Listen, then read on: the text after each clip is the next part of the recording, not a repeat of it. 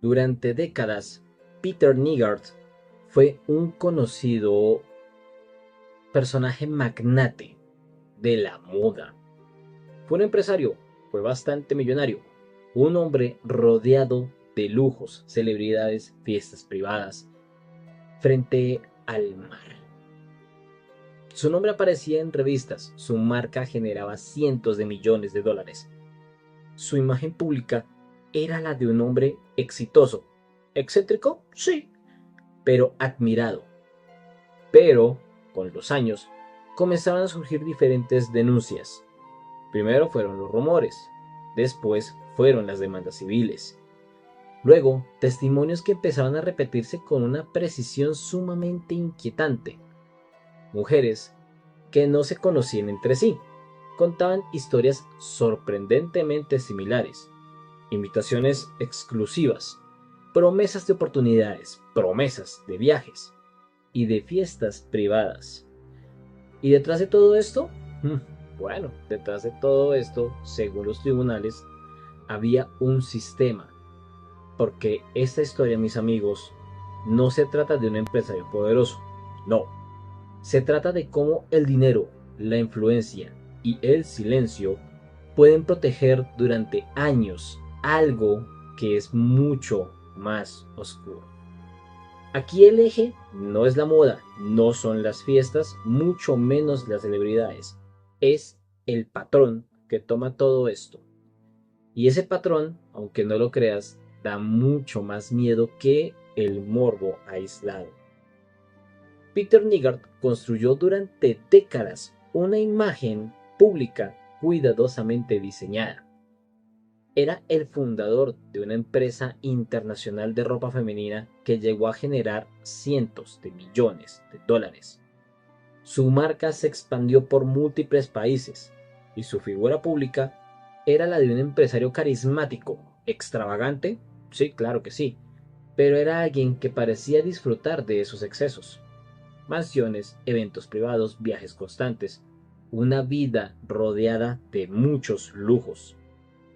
Pero había un solo lugar que se convertía en el epicentro de muchas acusaciones, su propiedad en las Bahamas. Una mansión frente al mar donde organizaba fiestas sumamente privadas, que, según testimonios posteriores, serían clave de dichas investigaciones. Por fuera todo parecía parte del estilo de vida de un millonario, pero, según las denuncias, esas fiestas cumplían otro tipo de funciones. Las acusaciones surgieron con el tiempo, pero aquí no describían un incidente aislado, no. Describían algo mucho más inquietante, el patrón que les nombré.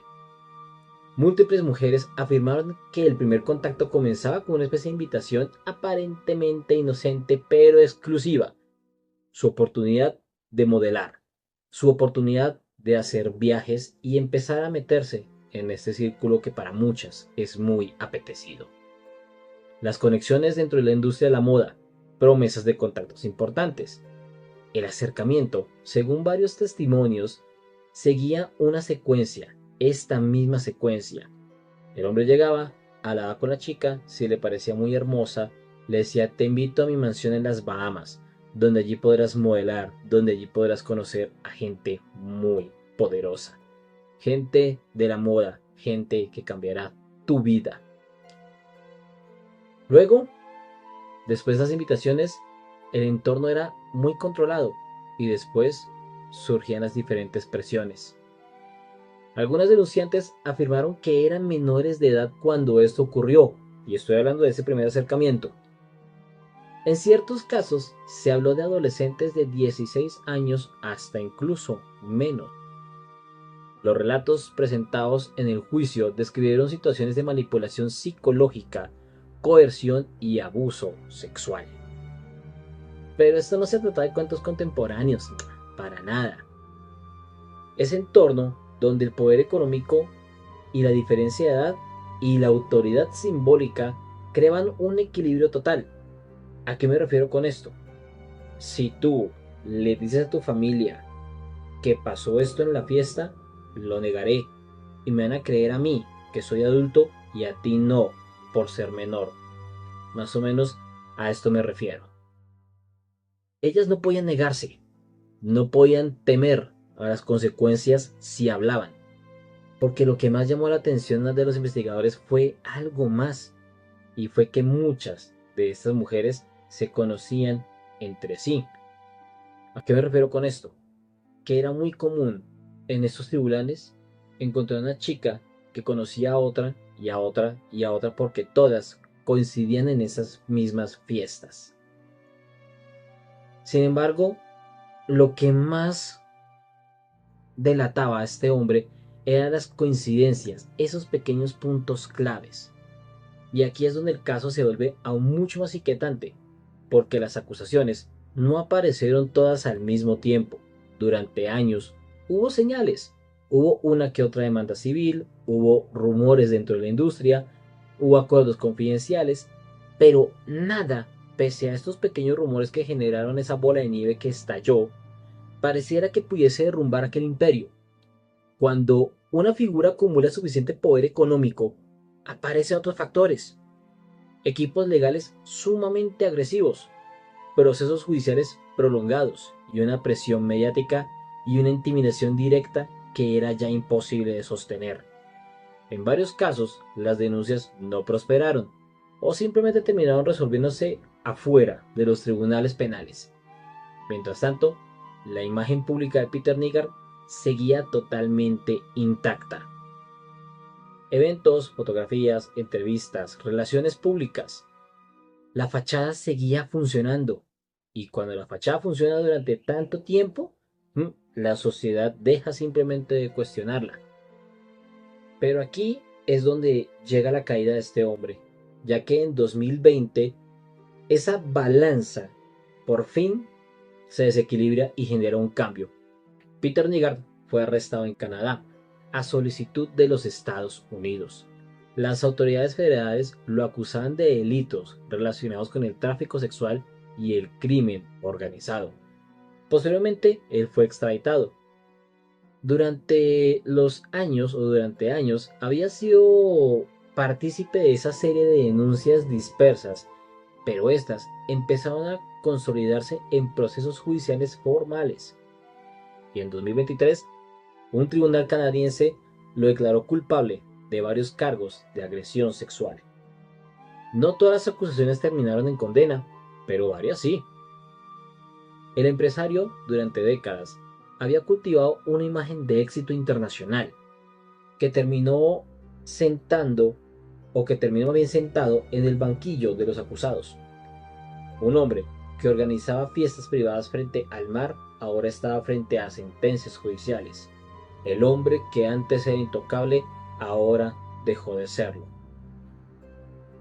Pero más allá de todo esto, este caso genera mucha inquietud por algo que va más allá de la simple condena. Es por el tiempo, la cantidad de años, la repetición de este mismo patrón. Porque aquí la pregunta es inevitable, que no es solamente lo que ocurrió. La pregunta realmente es cuánto tiempo pasó y cuánto tiempo ocurrió. No estamos hablando de un criminal oculto en las sombras, no. Era una figura reconocida, un empresario reconocido a nivel internacional. Un hombre que parecía, o aparecía más bien, en medios, que asistía a esos eventos públicos, que construyó una marca global y que según el tribunal también cometió agresiones bastante fuertes. Y es que el terror aquí, mis amigos, no viene de lo sobrenatural, es sobre su estructura, es la combinación de dinero, influencias y silencio. Y creo que nosotros hemos visto aquí en nuestro país bastantes cosas fuertes también relacionadas. Es decir, me refiero al caso Epstein y al expresidente Pastrana, el cual no se ha hecho pronunciar pese a las acusaciones que se le dan y ha decidido guardar silencio sin importar absolutamente nada.